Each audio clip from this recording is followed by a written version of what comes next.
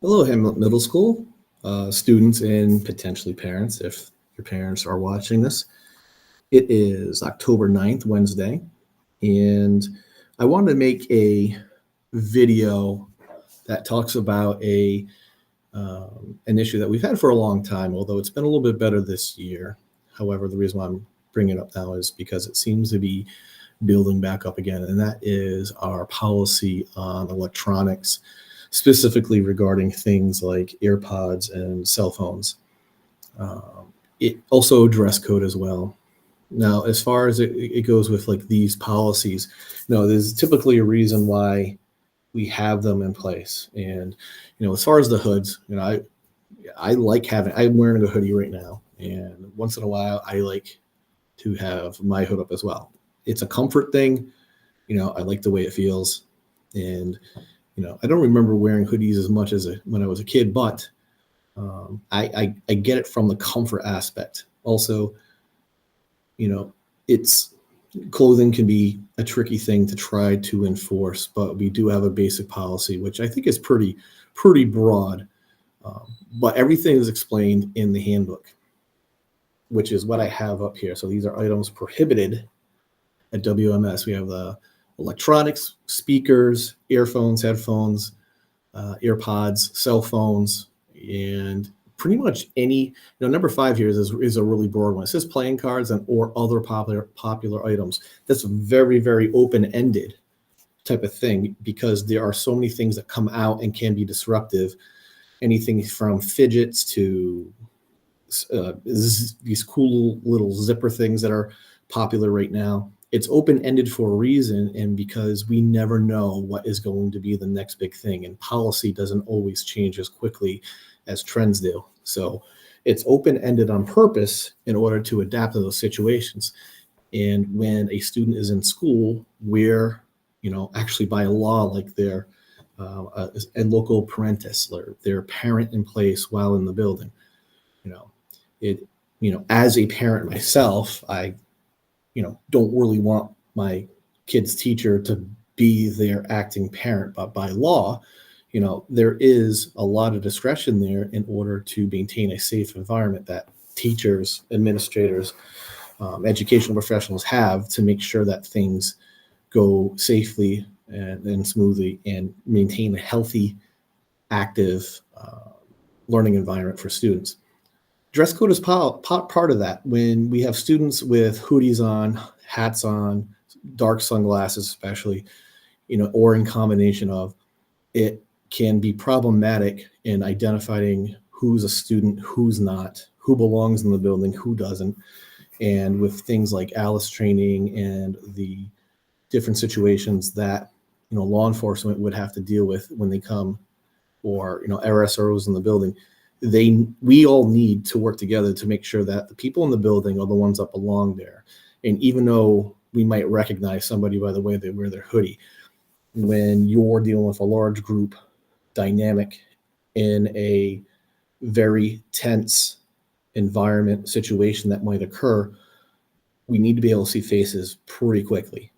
And we never know when something's going to happen. So the policy is that hoods cannot be worn in the building. Same with hats and whatever other types of headdresses that are there, with the exception of anything that is, religious, a religious garb that is already sanctioned. There are exceptions for that.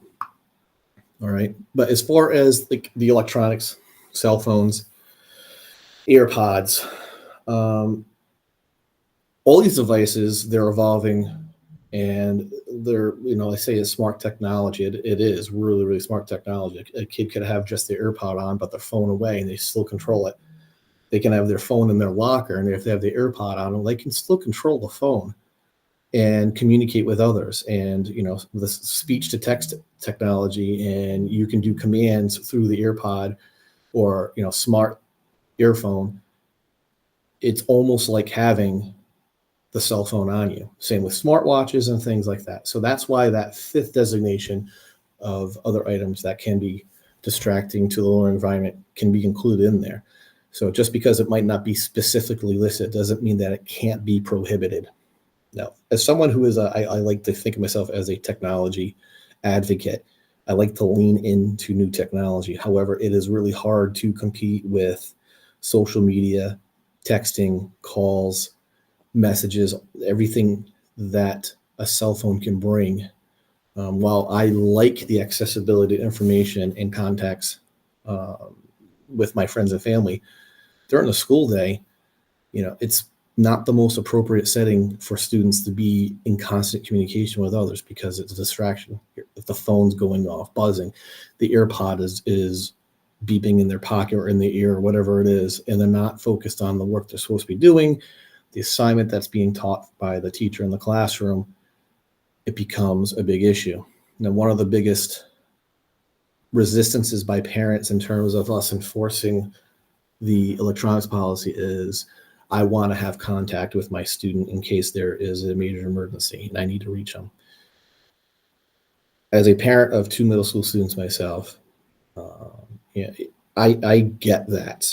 However, as someone that works in a school and knows how the dynamics of the environment are and seen what happened and going through the training that I have and conversations with the SRO here, SROs in the past, and it cell phones can actually be a much more dangerous and more a hindrance to a safe environment when an emergency like that happens, because you don't know how it's going to actually be used.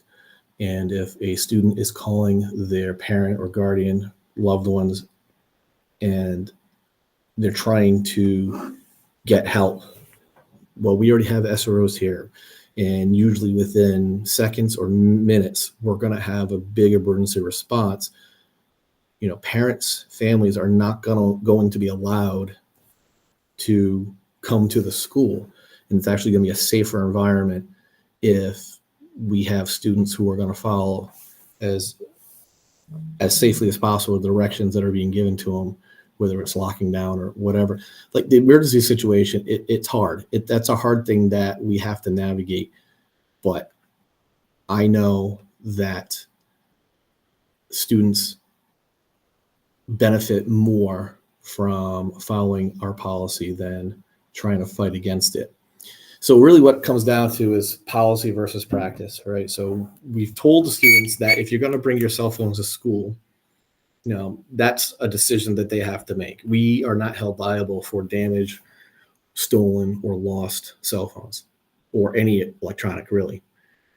If they're going to do it, we encourage them strongly to put it into their locker. All right. So that's our practice. Our policy says don't have it out, don't have it in school, don't use it at school or on school property. That's the policy.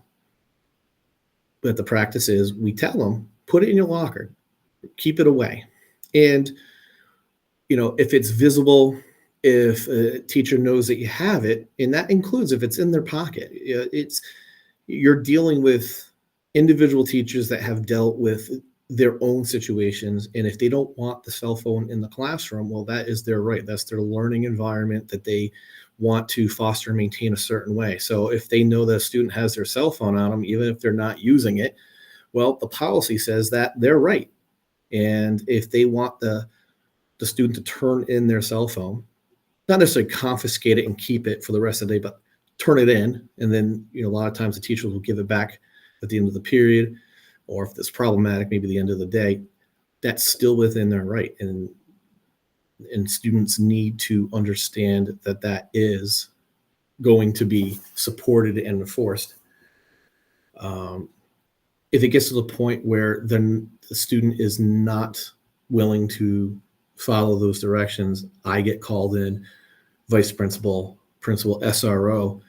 It becomes a much bigger issue where the student is going to have to turn in their phone to the office, or if need be, the parent will have to come in and pick up the phone and, potentially how it goes, maybe the student too. And then maybe the student has to every day turn in their phone, electronic device, or whatever the violating thing is. They have to turn it into the office every single day. And we've done all those levels. What we prefer to have is a student who's willing to abide by our ongoing practice of keep the phone in your locker. If you really need it,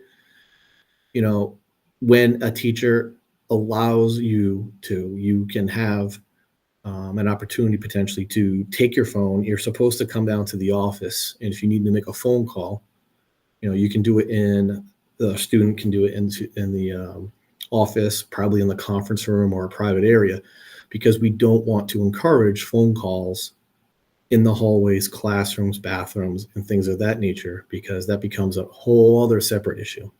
So it's layered. However, we have a formal policy that's been supported. It was created and supported by the school committee and central administrators and a whole, um, committee that have reviewed this. It's been approved. It's backed by state law, and it, and there really is. There's a legitimate reason why it's there. So there's a very long video to explain why we have the cell phone policy and a little bit about the dress code policy, but it is important. It really is. Unfortunately, things happen in the building that get amplified because of how students utilize the these devices and some of the other instances where the dress code becomes a problem. I wish it weren't an issue. I wish it weren't something that we really had to deal with.